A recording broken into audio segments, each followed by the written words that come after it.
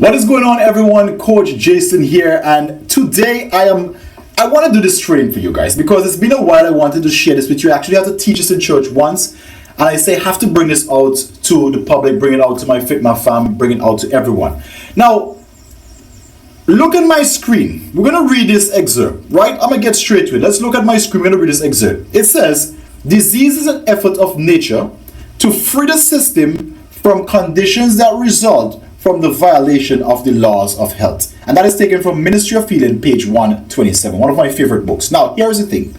In fact, I will title this, How to Reverse Any Disease. How to Reverse Any Disease. Now, if you look at this here, we are seeing that most diseases, or we are seeing that all diseases do not just happen. There is a chain of events that cause these diseases to happen. And there are some words. These words are highlighted. Some of them are singular words, some of them are a group of words. And what we're going to do, we're going to unpack this thing. In fact, I strongly suggest that you save this video, you download this video, and also share it with a friend. Now, it says that some of the words are disease, free the system, conditions, violation, and laws of health. So, if we want to line this thing up, it would look like this. The end is the disease, which most of us see. But before the disease, there was a freeing of the system. We'll just call it system freeing for ease of writing.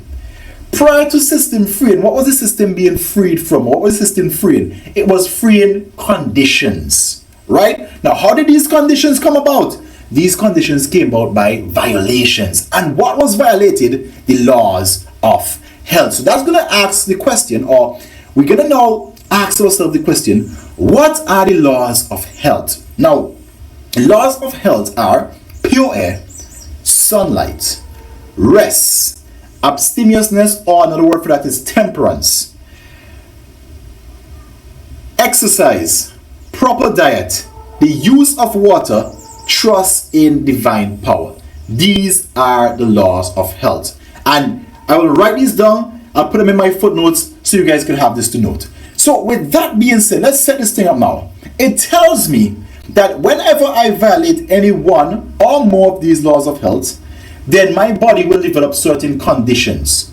Now, our body is always looking to free itself from these conditions. And this system freeing, if continued long enough without any sort of resolution, would produce a disease. Now, let's bring this thing in a little bit more practical. So I'm going to bring some diseases here. If you can see on my screen on the far right, I'm going to bring some diseases down, and I'm going to give you guys some examples of what this would look like. So the first one we're going to look at the top is going to be asthma, right? So the disease asthma, most of us are familiar with asthma. We probably know someone who suffers, or we ourselves suffer with asthma. Now, prior to asthma, what happens? We start to wheeze.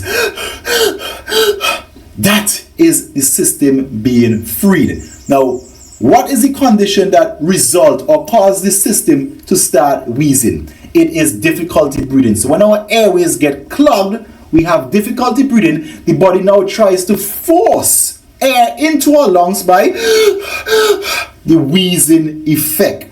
But why was there that difficulty develop in the first place? There must have been a violation of that law of health. And let's use the law of health. In this case, let's use pure air, because what you would realize, I'm planning to do a bunch of these, right, of different diseases. But what you would realize, sometimes the condition is caused by one law of health violated. Other conditions are caused by multiple laws of health being violated, or you building upon that initial violation, right? So set this thing up. We are, of course, supposed to get pure air. Let's work it from this side that way now. You're supposed to get pure air, but we are living in an office, or we're living in a city where there is smog, car pollution, and all of the different things that cause our air to become impure. As a result, we are violating the law of health, which is pure air. We are living indoors. We are in a city. We are never going out to get fresh air.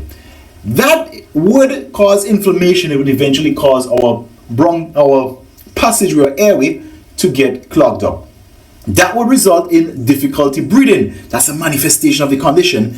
And then our system now, in an effort to force air in, we start to wheeze. That happens long enough, we develop asthma. Does that make sense? Hope it makes sense, guys. Now let's look at the next one. Let's look at hypertension. This is a big one, right? The silent killer, hypertension. So the disease hypertension. Let's work it backward. And like I said, some of these disease is a result of one violation of the laws of health. Others can be multiple violations. So for this one, we're going to use abstemiousness. Now remember, another word for abstemiousness is temperance, right? So we are going to break the law of health, which is abstemiousness. How do we do it? We overwork. We burn the midnight oil. We work full in the day and we still continue carrying that work into the night. As a result, when we go to do our readings or medicals, we realize that we are experiencing or we are registering some very high blood pressure readings. So we are above the 130, because once you're above 130 on the upper, then you are now in stage 1 of hypertension, right? So you're registering some 130 and we do not do anything. We keep working, we keep burning midnight oil. And to make our body go further, we throw in some caffeine, we throw in some coffee to, boost that energy. We then, our system free, and this is our system now trying to fix the problem, it causes us to feel fatigue. So we go in the next day and we are tired. Week after week we are feeling tired. But instead of working back and trying to reduce the workload, we continue pushing until eventually we develop hypertension. I hope this all makes sense. Now let me pick a next one. Let me just pick diabetes. Let's pick diabetes for the last one, right? Let's use the law of health of rest. What, Jason? Rest can affect my diabetic readings? But let's see. So, rest. We decide that, hey, instead of going to sleep 10 o'clock, getting our 7 to 8 hours of sleep, we're going to burn the midnight oil because we have an assignment that is due, or we have some work that is due, so we're going to burn the midnight oil. And we do that night 1, night 2, week 1, week 2, month 1, month 2. As a result, we start to experience high cortisol levels and high blood sugar levels. These are the conditions that will register. And I'll give you a story on how this works at the end. Then, the system freeing, what it does when these blood sugar levels, in fact, let me put the story right here now. To understand how this works, let's say you're walking down the road, right? You're walking down the road and out pops a massive German Shepherd ready to attack. Now your body seeing that is going to make a decision to either fight that dog or flight or run away from that dog, right? So that's the fight or flight response. When that decision is made, let's say you decide, I'm going to run away from that dog. So the body now needs to get the system prepared for this. What does it do?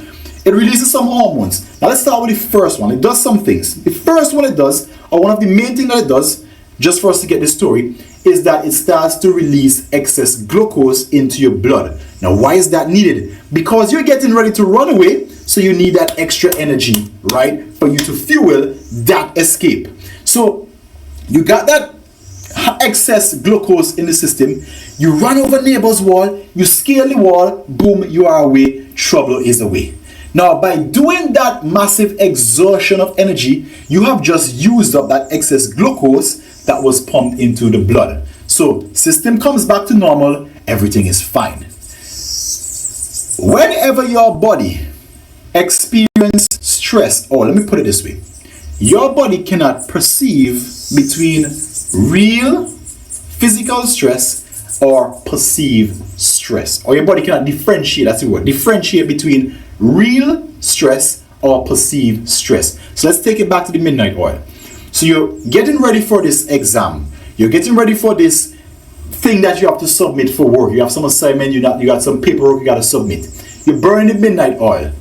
When your body should be sleeping, your body is realizing, hey, sleep is not coming, we are in an alarming or stressed situation. So what your body does, pumps excess glucose, also pumps cortisol, but let's focus on the glucose, pumps excess glucose.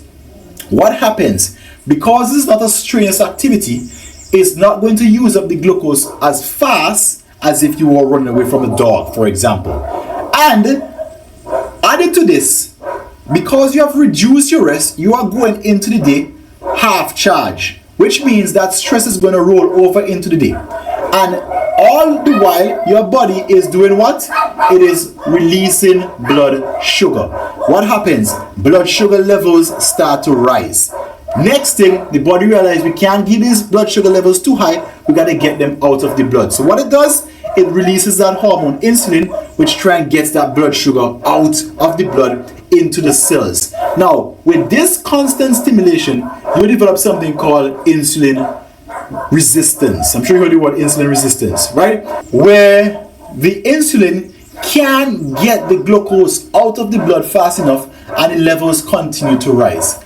This happening over and over again would then cause you to develop diabetes. In fact, they did a study on some healthy males, and all they did, they deprived them of sleep for just a few weeks. Prior to the sleep, everybody had normal blood sugar levels. After the test of depriving them from sleep, reducing their rest, these same healthy males were registering pre-diabetic levels. Now, this was just a few weeks. Imagine if this is your life for the last month, 6 months, years, and constant abuse can develop some of these conditions. Now, what I'm going to do over the next few weeks, so follow me for more of this. What I'm going to be doing over the next few weeks is that we're going to take each disease one by one. I'm going to go over some of the popular ones, and I'm going to break it down in this same format so you guys could really begin to understand how this thing is linked, and more importantly, you will discover how to reverse these diseases. Now, right off the bat, just from looking at this chart, you will realize that reversing these diseases is as simple as, first of all, become aware of the laws of health.